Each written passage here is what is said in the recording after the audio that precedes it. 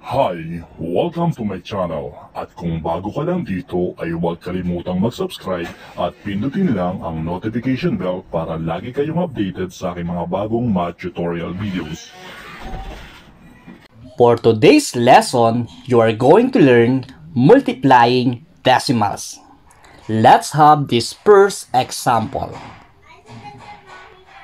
42 hundredths times 15 hundredths. Step number 1, multiply decimal like how you multiply whole numbers.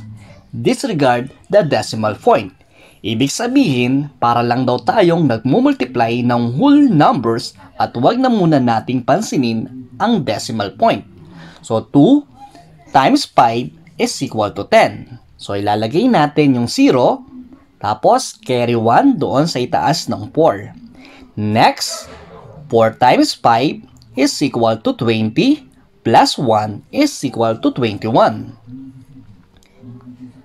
2 times 1 is equal to 2.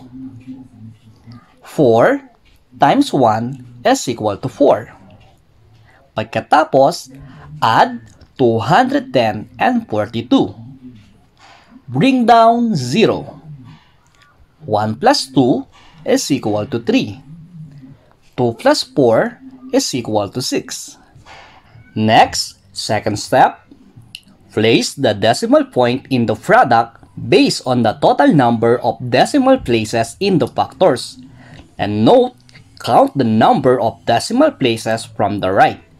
Ibig sabihin class, kung ilan ang decimal point natin doon sa ating factors, yun din ang bilang ng decimal places na ilalagay natin sa product. So, bilangin na natin ang decimal place sa ating factors. 1, 2. 2 decimal places sa ating multiplicand. 1, 2, and another 2 decimal places para sa ating multiplier. Ibig sabihin, meron dapat tayong 4 decimal places sa product. So, bibilang tayo from right to left. 1, 2, 3, 4. Dito natin ilalagay ang decimal point.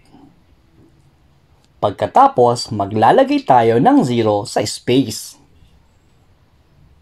Then, another 0 before decimal point. And this is our final answer.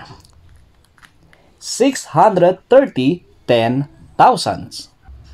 For number 2 example, multiplying decimal by whole number. 2 times 1 and 4/10. But don't forget, in multiplying decimals, it is different from adding and subtracting.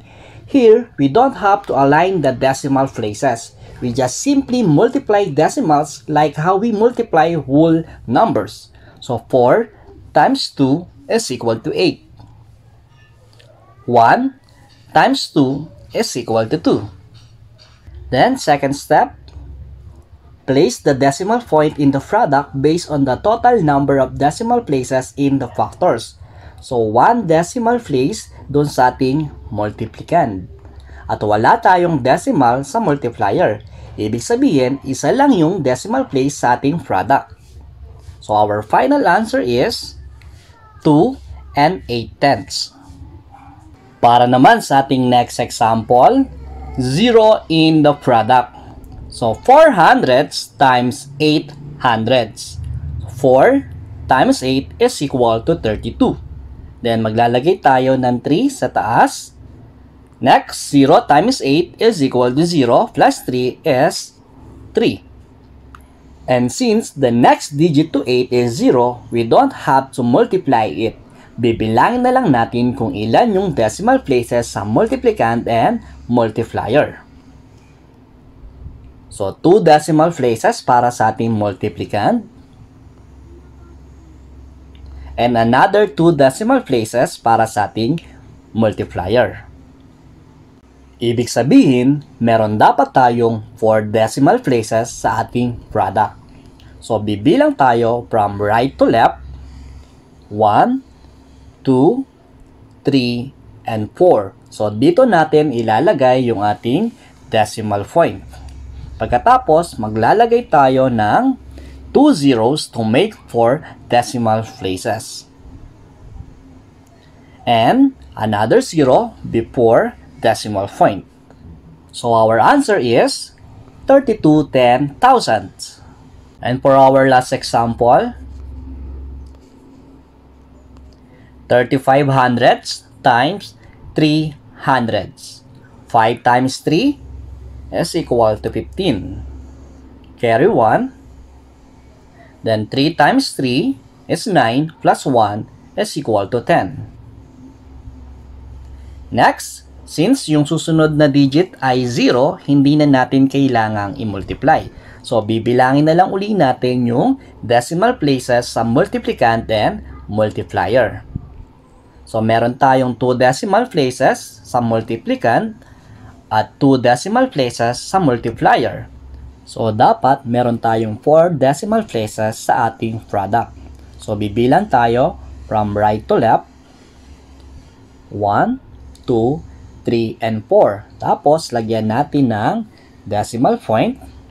Then, put 0 and another 0 before decimal point.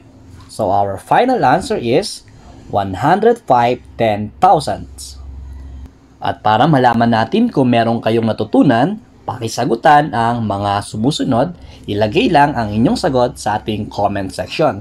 At kung meron kayong hindi naintindihan at meron kayong katanungan, ilagay lang din ang inyong tanong sa ating comment section at isa-isa natin niyang sasagutin. Muli, maraming salamat sa panonood. God bless!